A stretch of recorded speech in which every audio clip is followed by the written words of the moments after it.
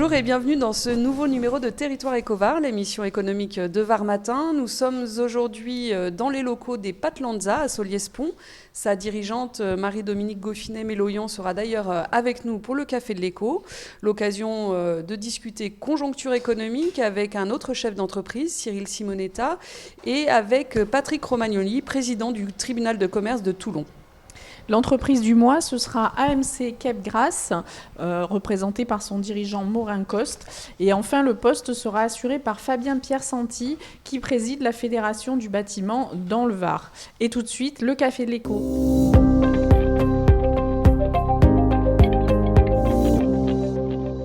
Alors pour ce Café de l'Écho, nous recevons Marie-Dominique Goffinet-Méloyan. Bonjour. Bonjour. Et merci de nous accueillir dans votre entreprise, les Patlanza.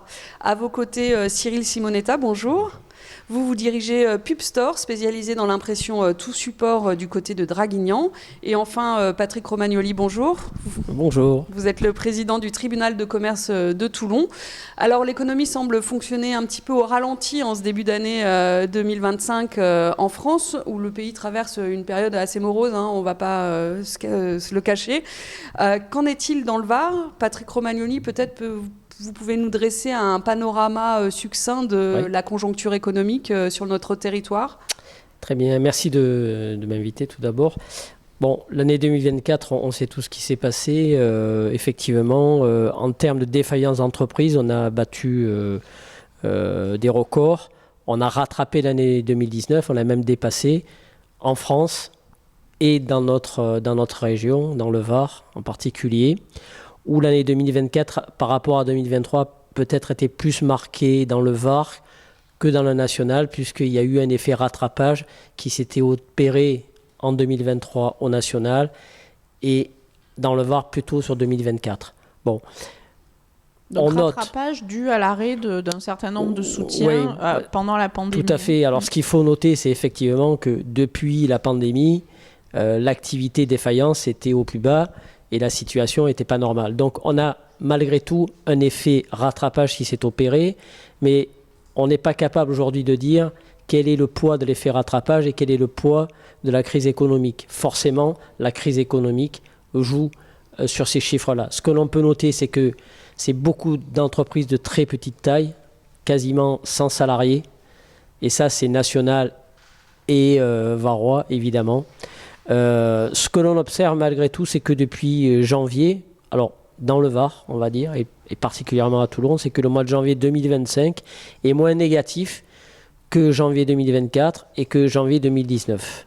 En chiffres, ça donne quoi On a 45 défaillances en janvier 2025 contre 73 en 2024 et 63 en 2019 sur Toulon.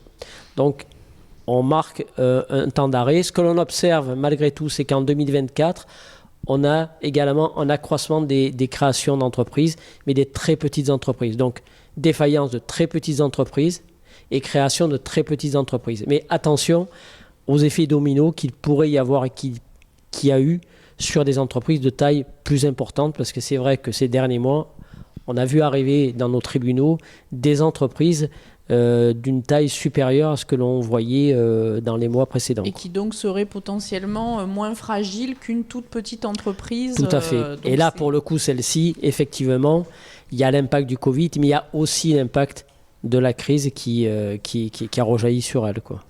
Marie-Dominique Goffinet-Méloyan, donc merci de nous accueillir dans votre entreprise qui est une fabrique de pâtes fraîches que vous vendez notamment à la grande distribution, on en parlera peut-être un peu plus tard.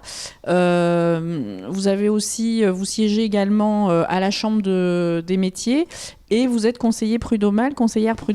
Est-ce que ce constat factuel opéré par M. Romagnoli, vous le ressentez dans vos différents mandats aujourd'hui? On le ressent, je confirme. Il faut savoir déjà que le Var, 90% ce sont des TPE. Ça, c'est une particularité varoise, et peut-être régionale, mais tout au moins varoise. On a des entreprises qui sont actuellement en difficulté sur plusieurs plans. Donc, je vais parler d'abord du plan économique. D'un point de vue administratif, charge sociale, ça pèse énormément sur les TPE, les PME, notamment avec les PGE, les plans garantis par l'État, les prêts Les prêts garantis par l'État, ouais. qui arrivent à leur fin normalement en 2026. Donc les petites entreprises qui résistent, ça s'appelle de la résistance et non pas un bien-être suite au Covid. On a ce qu'on appelle dérouillé en économie, donc ça confirme totalement ce qu'on vient d'entendre.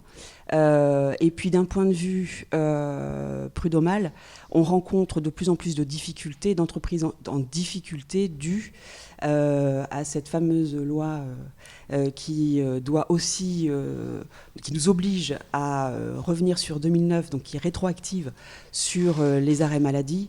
Et c'est une charge supplémentaire pour les entreprises. Cet argent-là, il faut le sortir. Aussi bien les charges sociales qui augmentent, avec le SMIC, etc., les matières premières, on le ressent. On a de plus en plus d'artisans en difficulté. Ça représente quand même 61 500 entreprises dans le Var, qui sont tournées principalement vers le tourisme. Donc on parle de restauration, on parle d'aménagement, on parle d'articles divers, de bijoux créatifs. On a une particularité varoise, c'est de fonctionner principalement pendant les vacances étrangères et les vacances françaises. Donc le pic de la région, le pic économique se situe entre juin et septembre. C'est là où on fait 30% de notre PIB. Donc ces fameuses petites entreprises, très petites entreprises auxquelles on fait référence, c'est notamment ça. Oui. Vous parliez d'artisanat, de création, de toutes les activités liées au tourisme.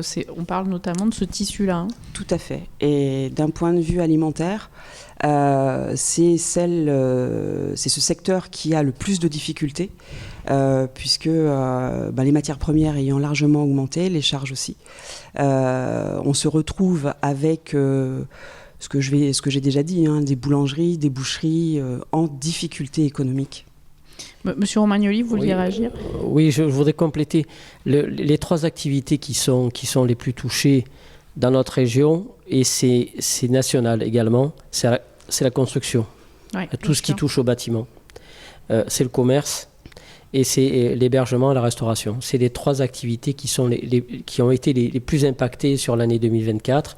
Et en termes de région, notre région est la troisième en termes d'impact de défaillance. Le Var est particulièrement touché, puisqu'on sait que dans le Var, le bâtiment et l'hôtellerie-restauration, évidemment, sont des activités majeures. Oui. Cyril Simonetta, comment arrive-t-on à se développer finalement dans un climat morose comme ça ? Nous, on essaye de se développer en proposant d'autres choses, d'autres services. Déjà, le service au client, c'est le plus important puisque notre client est roi et c'est peu de le dire actuellement puisqu'on fait tout pour garder nos clients. Et on essaye de se développer en apportant d'autres activités. Par exemple, nous, donc PubStore à 20 ans, on fait de la publicité tout support. Mais depuis 2 ans, j'ai créé également une école afin de former sur notre territoire, donc en Dracénie, nos futurs clients qui sont dans la communication et dans la vente. Donc on a monté avec ma compagne une école en BTS communication et BTS vente, MCO sur Draguignan. On essaye de faire monter en compétences donc les collaborateurs également avec un organisme de formation pour former et de garder sur notre territoire des personnes qui ont une compétence à apporter et pouvoir répondre à tous les marchés qui se présentent à nous au niveau de la société et des sociétés. Pour vous, c'est à la fois donc une façon de diversifier votre activité et donc d'être moins dépendant, et on sait que la diversification, c'est de la prudence aussi, et à la fois répondre, c'est un peu apporter votre pierre à la solidité du tissu économique de Dracénie, puisque vous êtes implanté en Dracénie, en proposant de la formation, en musclant un peu les compétences sur votre territoire. Tout à fait, on est parti du constat que nos étudiants, nos jeunes, après le bac, partaient beaucoup dans d'autres territoires, alors Nice, Toulon, Marseille, ou même un petit peu plus loin comme Montpellier ou Lyon. Et c'était bien dommage parce que nos entreprises ont besoin de ces jeunes, ont besoin que ces jeunes restent sur notre territoire. Donc c'est pour ça qu'on a voulu créer des formations pour pouvoir les fixer sur le territoire et apporter de la compétence supplémentaire sur notre territoire, sur la Dracénie, et pouvoir attirer d'autres entreprises puisqu'on a cette compétence sur la Dracénie. Patrick Romagnoli, c'est comme ça que peut être soutenue une économie locale en se serrant les coudes entre PME, entre donneurs d'ordre et sous-traitants. On parlait tout à l'heure des très petites entreprises. Pour vous, elles sont plus fragiles que les autres, peut-être parce que parfois pas dans un écosystème qui permet de les soutenir comme ça. Oui, également, peut-être aussi parce que ces entreprises sont souvent, elles ont souvent des sujets de structuration en termes de gestion. Et je pense qu'il y a un travail à faire là-dessus. Il est clair qu'il y a eu le PGE, qu'il y a des charges sociales, etc. Mais ces entreprises, elles doivent se structurer en interne, malgré tout, même si elles sont petites. Et je pense que là, il y a un travail pédagogique à mener envers les chefs d'entreprise. Et ce travail il doit être mené par les professionnels, les experts comptables, les commissaires aux comptes, mais aussi par le tribunal de commerce, qui doit informer et prévenir les entreprises en termes de défaillance et les aider. Et moi, mon message, vous le savez, c'est la prévention, puisque un chiffre important à noter, c'est en 2024, c'est 65 000 défaillances pour 8 000 préventions. 8 000 préventions, 65 000 défaillances. Très peu. Quand les entreprises partent en défaillance, en procédure collective, dans presque 90% des cas, elles partent en liquidation judiciaire. Quand elles vont en prévention, dans 70% des cas, elles sortent par le haut. Donc, moi je dis aux chefs d'entreprise, n'attendez pas la dernière minute. Aujourd'hui, tout un tas d'outils sont à votre disposition. Il y a la médiation du crédit, il y a la DGFI, des impôts qui peuvent vous octroyer des plans de paiement. Il y a l'URSSAF, tout ça encadré par le tribunal de commerce dans le cadre de prévention, mandat ad hoc, conciliation, mais il ne faut pas attendre l'état de cessation des paiements, et là c'est trop tard, et vous viendrez au tribunal de commerce pour l'enterrement, et ce n'est pas le but. Et n'oubliez pas que le tribunal de commerce, ce sont des chefs d'entreprise, comme vous, qui parlent le même langage, qui aujourd'hui sont au tribunal, mais qui peuvent demain avoir les mêmes difficultés que vous. Donc on est là pour vous écouter et pour vous apporter du soutien. Marie-Dominique, Cyril, est-ce que vous, en tant que chef d'entreprise, vous vous sentez assez entouré, assez aidé ? On a vu qu'il y avait un certain nombre d'outils pour aider les entrepreneurs en difficulté. Est-ce que on le sait assez ? Est-ce que vous vous sentez soutenu ? Alors c'est une très bonne question. Je vais juste vous préciser ce qu'est un artisan. Comme ça... Un artisan, c'est quelqu'un qui sait acheter des machines, quelqu'un qui connaît l'assurance, qui connaît la protection juridique, qui achète des matières premières, donc qui est professionnel sur ces marchés, qui achète aussi des matières secondaires comme des cartons, des étiquettes. Il est professionnel, tout au moins censé l'être. Il connaît aussi le transport, il connaît les banques. Est-ce qu'une banque est un partenaire ou pas ? Il embauche. Et là, on rencontre des difficultés, notamment dans le Var, sur la qualité de l'embauche. Il doit manager, il doit connaître l'URSSAF, la médecine du travail, il doit mettre en place les normes selon les conventions européennes et françaises. Il doit comprendre les congés payés, comprendre ses clients, les consommateurs, le marketing, l'informatique et la gestion administrative. Un artisan, c'est tout ça. Il est censé être professionnel sur tout ça. C'est énorme pour quelqu'un qui va démarrer peut-être seul, embaucher une première personne, une deuxième personne. Et c'est là où il rencontre le plus de difficultés. Bien souvent, les conditions des aides sont liées à des professionnels comme les experts comptables, avec des documents à remettre. Sont des dossiers qui sont très, très lourds à faire. Et lorsque l'on doit voir tous les points dont je viens de vous parler, il faut en plus prendre du temps pour monter des dossiers auprès du tribunal ou auprès de son comptable, ou savoir faire un prévisionnel, gérer une trésorerie. Vous voyez quoi, l'artisan d'aujourd'hui, c'est pas celui qui fait, dans mon cas, des pâtes dans son garage et qui va sur les marchés, où tout se passe en liquide. Voilà, c'est beaucoup plus complexe que ça. Et cette complexité doit effectivement, je rejoins les dires, on doit former, c'est ce que fait d'ailleurs la Chambre des métiers, propose des formations de gestion, de comptabilité, de légalité, de normes auprès des jeunes. On a des formations très variées, on a 8 centres de formation auprès de tous ces jeunes. On fait aussi les meilleurs apprentis de France. On essaye de tirer vers le haut le jeune et l'artisan. L'artisan, c'est une vraie valeur française, avec tout ce que ça implique, mais il faut bien se rendre compte qu'aujourd'hui, l'artisan est seul avec certes des appuis, mais qu'il faut qu'il connaisse déjà et qui sont importants pour lui. D'où ce que disait Patrick Romagnoli, ne pas avoir peur d'aller peut-être voir le tribunal. Cyril Simonetta, vous avez c'est intéressant parce que vous avez un profil d'ingénieur. Vous avez rencontré il n'y a pas très longtemps dans votre entreprise. Vous n'étiez pas forcément destiné à l'entrepreneuriat, mais quand même très vite ça vous a intéressé. Et est-ce que ce dont on vient de parler, c'est-à-dire savoir s'entourer, ne pas redouter d'aller demander conseil s'il y a une difficulté, est-ce que c'est des choses auxquelles vous avez pensé avant de vous lancer et encore aujourd'hui ? Pas du tout. Alors, c'est vrai que quand je me suis lancé, moi, je suis ingénieur industriel de formation, INSA de Lyon.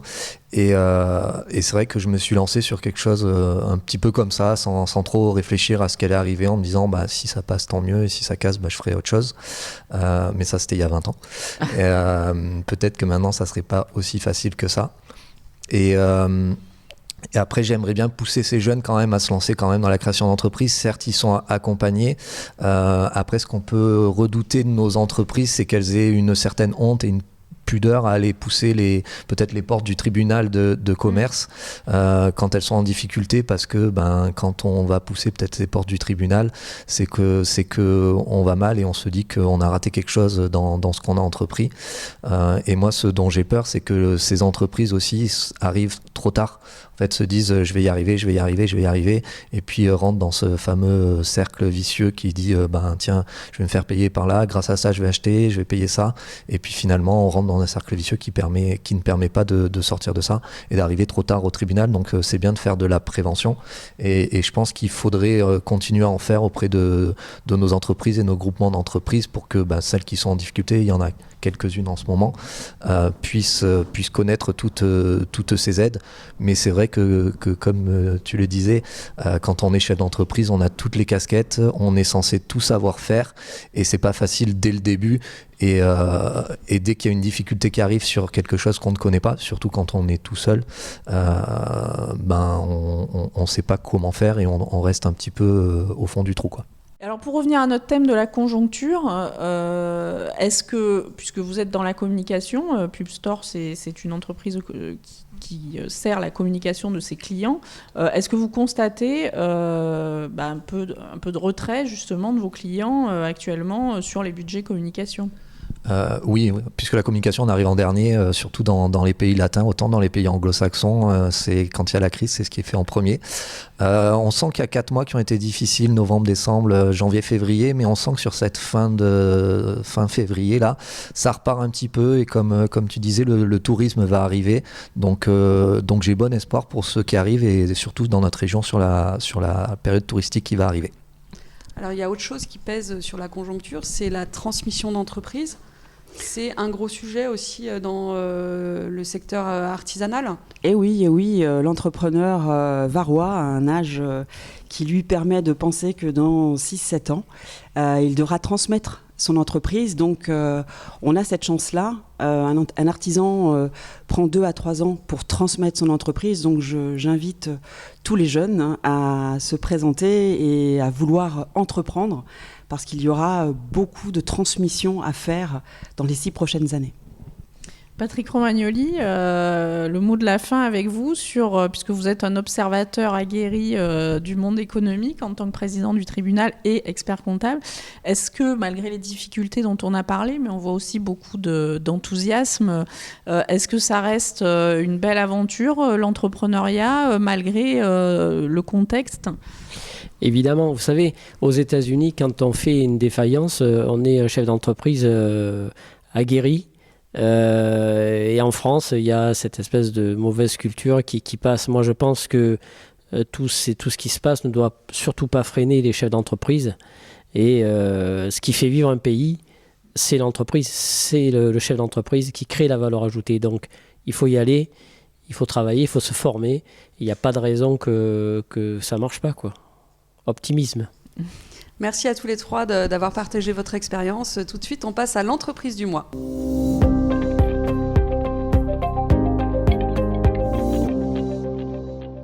Et l'entreprise du mois, c'est AMC Cape Grèce, représentée par Morin Coste, son dirigeant. Bonjour. Bonjour.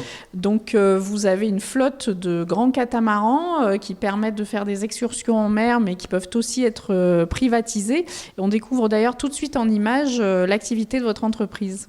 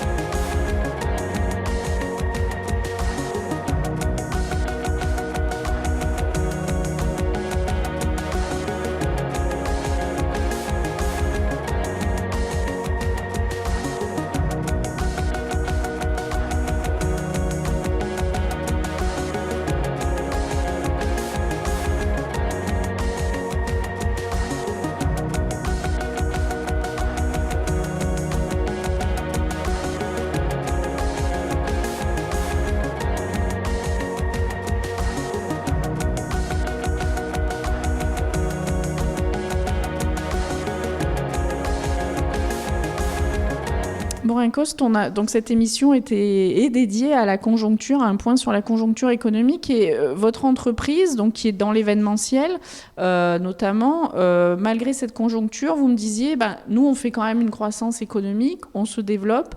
Comment vous l'expliquez et comment on fait, surtout dans un contexte un peu morose, pour faire grandir son entreprise ? Alors, c'est une excellente question à laquelle j'ai peut-être pas toutes les réponses. En tout cas, nous, ce qu'on a constaté, c'est que effectivement, il y a un vrai engouement pour cette activité.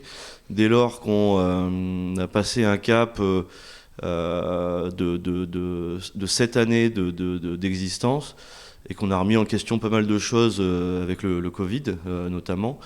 On a eu des résultats qui ont été en nette progression, ce qui nous a permis de continuer sur la voie qu'on avait choisi de prendre.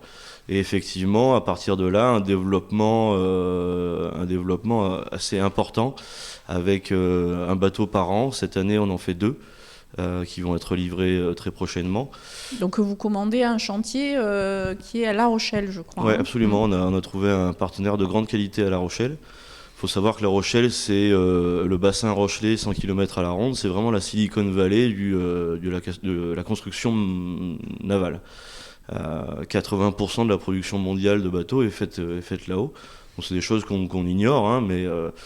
nous, on a trouvé là-haut un partenaire de qualité. Et c'est vrai que dès lors que nous sommes arrivés avec ce premier catamaran construit là-haut, ça a donné une véritable impulsion à notre compagnie, avec un positionnement un peu premium qu'on a voulu développer, continuer à développer et qui a porté ses fruits. Alors justement, votre actualité du moment, vous l'avez dit, c'est notamment la construction d'un bateau à propulsion électrique, vélique et thermique qui est destiné au Vieux-Port de Marseille. Comment avez-vous obtenu ce marché et qu'est-ce que vous allez y faire exactement ? Alors nous, il faut savoir qu'on mène une veille permanente sur tout le bassin méditerranéen. Et on a eu écho effectivement qu'il y aurait une place à prendre sur le Vieux-Port de Marseille, étant donné que l'acteur qui nous précédait a décidé d'arrêter son activité, qui était la même que la nôtre. Donc sachant ça, on a lancé la construction d'un bateau qui répondrait au maximum et plus encore aux critères notamment du Parc national des Calanques, en proposant un bateau vraiment zéro émission, donc à propulsion électrique, vélique et thermique qui vient uniquement pour la sécurité. Ça veut dire que le bateau est opéré vraiment en zéro carbone. Et si jamais le vent se lève de manière un peu trop forte, sur des choses pas prévues, parce que la météo est très difficile en Méditerranée, encore plus avec les changements climatiques qu'on subit, on peut démarrer les moteurs thermiques et là rentrer au port en toute sécurité. Mais en tout cas, voilà, le bateau, lui, est 100% électrique et zéro carbone. Alors cet aspect écologique, il est extrêmement important pour votre entreprise. C'est l'axe de développement essentiel. Alors c'est la base de notre métier. En tant que marin, on est toujours parti à la mer avec des ressources limitées, un réservoir d'eau douce, une batterie, un réservoir de gasoil, et il faut qu'on arrive à bon port avec ces quantités limitées. Donc nous, c'est un peu dans l'ADN du marin que d'être économe et d'anticiper sur le long terme, enfin le moyen terme en tout cas, pour arriver à bon port. Donc, qui plus est, on travaille sur la mer, donc c'est notre fonds de commerce, donc on se doit de la respecter. Déjà parce que si on la pollue de manière excessive, et ce qui est un peu le cas aujourd'hui, mais si on continue comme ça, on n'aura plus d'appétit pour aller à la mer, et donc nous on se doit de la respecter. On porte une responsabilité qui est forte parce que on embarque plus de 50 000 passagers par an. Donc on se doit de porter un message et le bon.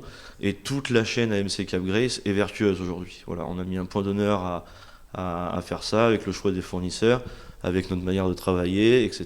etc. Vous avez des projets d'ailleurs d'aller un peu au-delà et dans ce sens-là, d'une approche de la mer qui est la vôtre, plutôt dans le respect de l'environnement et en tout cas le respect d'un moment en mer qui ne soit pas forcément un moment de vitesse ou de consommation, mais davantage de profiter de ce lieu. Vous lancez donc là des liaisons avec la Corse entièrement à voile, hein. Voilà. Alors l'initiative est, faut rendre à César ce qui appartient à César. L'initiative vient de la compagnie Selcop, qui est une coopérative qui a initié ces liaisons. Qui a initié ces liaisons-là en voyant des bateaux au port des voiliers dormir, dont les propriétaires ne se servaient pas, et se sont dit on va récupérer ces bateaux avec l'accord des propriétaires évidemment. Pour faire des liaisons entre la Corse et le continent. Bon, il s'avère que le produit plaît beaucoup. Il est très vertueux parce qu'on arrive à faire des traversées Corse-continent zéro émission. Seulement, on a des problématiques économiques parce que le bateau est limité en termes de passagers, etc. Donc nous, on s'est rapproché avec Selcop et on est en train de réfléchir à un bateau. On est en train de dessiner avec un bureau d'études qui est à La Rochelle également le bateau de demain et on espère l'opérer dès 2027. Donc c'est une volonté qui est assez rapide, une mise en place assez rapide qu'on imagine. Ouais. Ça veut dire des fonds qui vous soutiennent. Vous avez récemment accueilli un nouvel investisseur au capital de l'entreprise parce que j'imagine que pour acheter un bateau par an et construire de futurs bateaux, il faut des fonds. Alors, le fonds d'investissement est intervenu l'année dernière, effectivement, de manière minoritaire, mais ça a été un bon accélérateur, hein, il faut le dire, mais effectivement, il y aura une levée de fonds qui sera appelée pour refaire un bateau, parce qu'on parle de budget quand même conséquent. On parle sur des bateaux, comme on parle là actuellement, on est aux alentours de 3 millions d'euros. Donc voilà, sur fonds propres, pour des PME, c'est très très compliqué, quoi. Merci Morin Coste. Et tout de suite, le poste.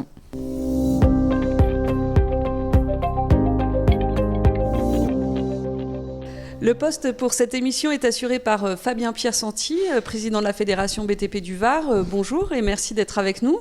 Bonjour. Alors vous venez nous présenter Avenir BTP. En quoi consiste ce dispositif ? Tout à fait, merci déjà de me recevoir. C'est un dispositif qui a été mis en place par la Fédération du bâtiment et des travaux publics du Var pour être en soutien aux entreprises en risque de défaillance, bien en risque, parce que ce dispositif est vraiment de l'anticipation. On est dans un secteur d'activité en ce moment qui est sous tension économiquement.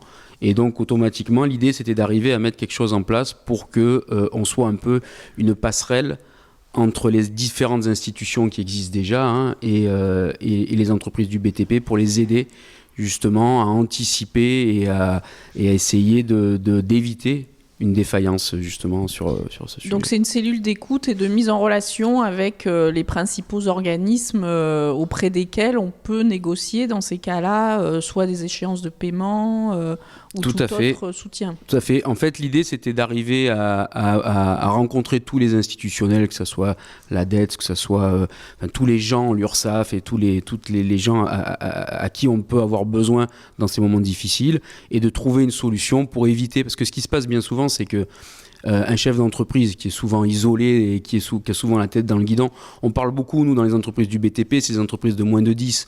Donc pensez un peu, les gens n'ont pas le temps d'aller d'aller les solliciter justement tous ces organismes. L'idée, c'est qu'ils viennent à la fédération du BTP du Var pour que nous, on puisse être cette passerelle et les aider. Parce que tout est déjà en place. On a la chance quand même en France d'avoir des institutions qui ont anticipé là-dessus et tout est déjà en place.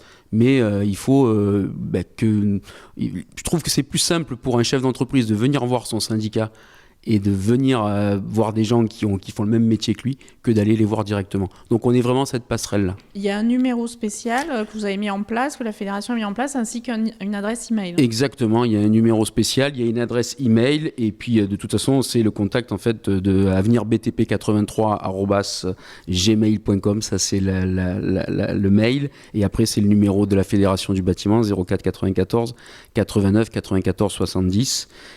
Et ça correspond, cette création donc, de ce dispositif, à une situation d'urgence. Votre filière traverse une crise inédite depuis des décennies.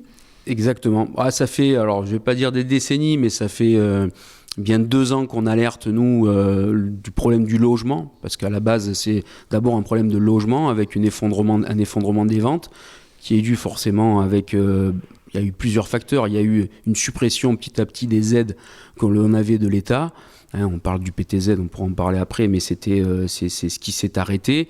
Et puis aussi la forte hausse des taux d'intérêt. Il faut savoir qu'en 18 mois, on a fait x4, quoi. Donc, ce qui a fait fuir les... Voilà, c'est surtout, il y a eu beaucoup de jeunes ménages, surtout, qui sont devenus infinançables.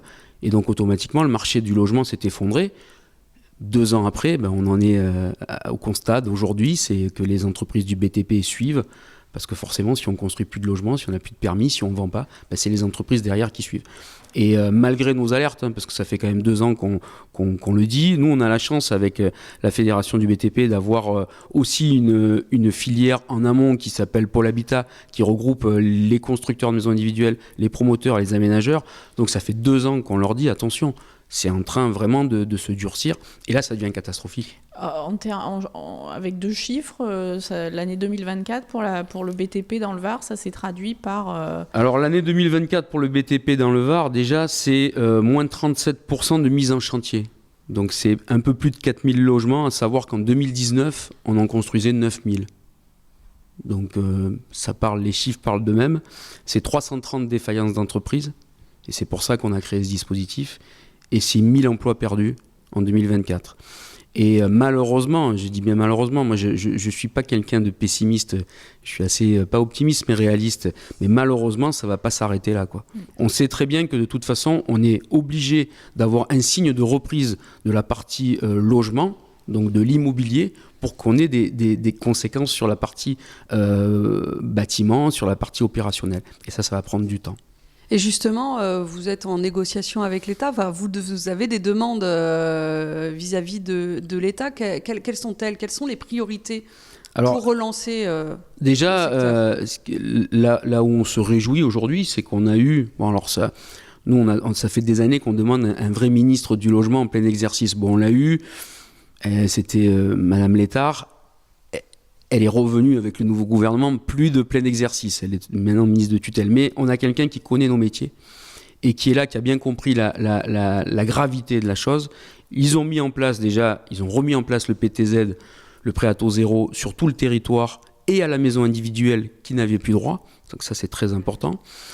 Il y a eu des mesures qui ont été annoncées aussi par rapport à l'exonération des droits de succession en cas de donation pour investir dans un logement neuf ou dans une résidence principale. Donc ça, c'est des points forts, mais pour moi, c'est pas suffisant. Aujourd'hui, on a un gros problème, et je dis souvent, nous, on a la double peine, les chefs d'entreprise du BTP. On doit continuer à recruter, et on a du mal à recruter dans nos secteurs, à nous, dans le Var, parce qu'au niveau géographique, bien souvent, on a une tension de la location qui est hyper forte. Et moi, le premier, j'arrive pas à recruter parce que j'arrive pas à loger des gens. Donc, il faut arriver aussi à refaire de l'investissement locatif privé, ce qui n'est plus le cas, ce qui était le cas avec le dispositif Pinel. Je ne suis pas forcément pour, moi, de ce genre de dispositif qui mette plutôt notre secteur sous perfusion. Je serais plus pour quelque chose de pérenne, et c'est ce qu'on demande avec la Fédération du bâtiment. C'est de mettre un vrai statut du bailleur privé en place, comme il existe dans beaucoup de pays, comme en Allemagne, comme ailleurs, où les gens ont une vraie visibilité sur le long terme. Pas quelque chose qui dure 3 ans et puis qui est supprimé à chaque arrivée de nouveaux ministres, quoi. Donc l'idée, on se bat pour ça, c'est d'avoir un vrai statut du bailleur privé pour relancer justement ce marché du locatif privé. Qui rend donc l'investissement dans le locatif intéressant pour Tout à que fait. ce soit les particuliers ou... On a besoin de type locatif d'acteur. social, mais on a besoin de locatif privé, et on voit la tension qu'il y a en ce moment sur le marché de la location. C'est parce que les gens ne veulent plus louer. Ils veulent plus louer, pourquoi ? Parce qu'ils ne sont pas protégés en tant que bailleurs. Ça, c'est très important. Les gens peuvent rester des mois, des années sans payer de loyer, et puis après, quand ils s'en vont, on récupère le bien dans l'état où il est. Et puis, la fiscalité, elle est beaucoup trop élevée. Tout le monde tire sur le Airbnb, sur le logement en meublé. Mais pourquoi les gens font ça ? Parce qu'il n'y a pas d'autre choix, quoi. Il faut que les gens continuent à investir dans l'immobilier et avoir une rentabilité. Donc, il faut absolument revoir ce statut de bailleur privé. Le message est bien compris. Merci Fabien Pierre-Santi. Merci à vous. Merci à toute l'équipe de Territoire Ecovar. Merci Sophie Doncé. Merci Guilhem Ricavi. Merci Loris Biondi. Merci Amandine. Merci Marie-Cécile, et n'hésitez pas à partager cette émission sur les réseaux sociaux. Quant à nous, on se retrouve fin mars pour un nouveau numéro de Territoire Ecovar.